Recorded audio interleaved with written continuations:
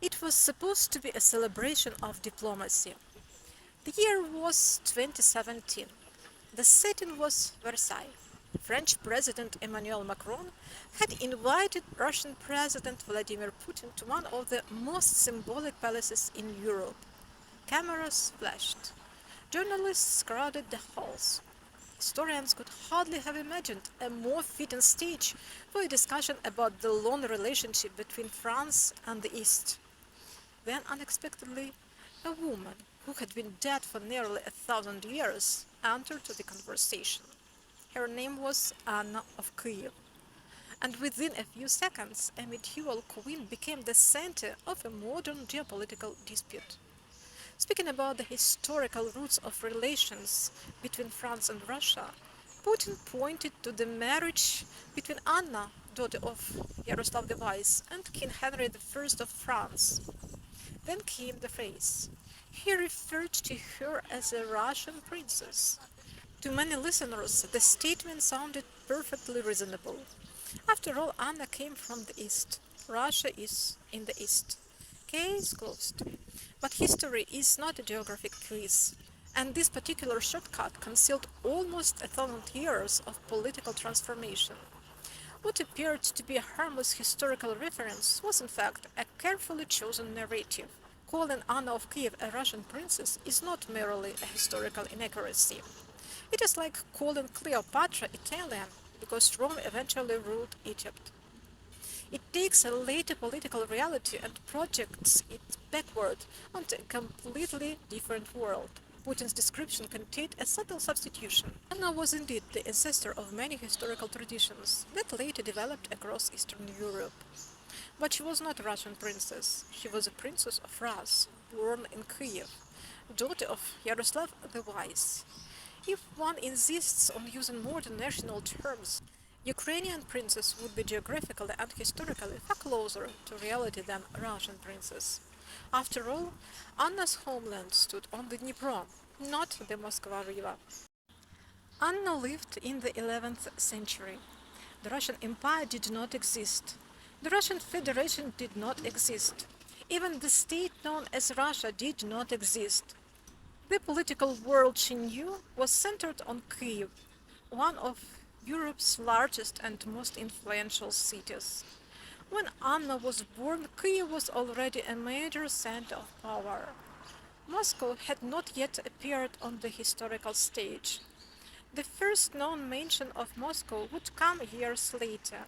Yet in a single sentence spoken at Versailles, nearly a millennium of historical complexity disappeared. Anna became Russian. Why it mattered? Normally, historians argue about such things in journals nobody reads. This time was different. The remark came from the President of Russia while standing beside the President of France. Suddenly, a debate that had long existed among scholars exploded into public view. Ukrainian historians objected. Journalists wrote articles. Social media erupted. People who had never heard of Anna suddenly wanted to know who she was. And that is when something unexpected happened. The attempt to simplify history achieved the opposite result. Millions of people began investigating it. The irony is that Macron had already framed the event differently. The exhibition that accompanied the meeting was dedicated to the visit of Peter the Great to France in 1770. The focus was on diplomacy, culture, and historical exchange. Yet Putin's reference to Anna reached much further back.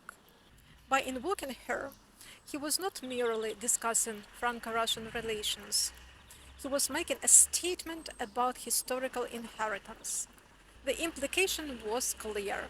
If Anna was Russian, then medieval Rus naturally belonged within the story of Russia. It was a subtle argument, but subtle arguments are often the most powerful. Most medieval queens disappear into footnotes. Anna refuses. Every few years she returns. A monument is unveiled. A film is released. A museum opens an exhibition. A politician gives a speech. And suddenly, the same question reappears. Who was she? Where did she come from? Whose history does she belong to? The persistence of these questions reveals something important. Anna is not merely a historical figure. She is a test of how societies use the past. Do they preserve complexity? The most remarkable aspect of the Versailles episode is not that Putin called Anna Russian. Political leaders reinterpret history all the time. The remarkable part is what happened afterward. People checked. They opened books. They read chronicles. They discovered Kyiv. They discovered Rus. They discovered that the history of Eastern Europe was far more complicated than they had been taught. In trying to claim Anna, the Kremlin inadvertently introduced her to a global audience. And once people learned her history, many reached a conclusion that no political speech could erase.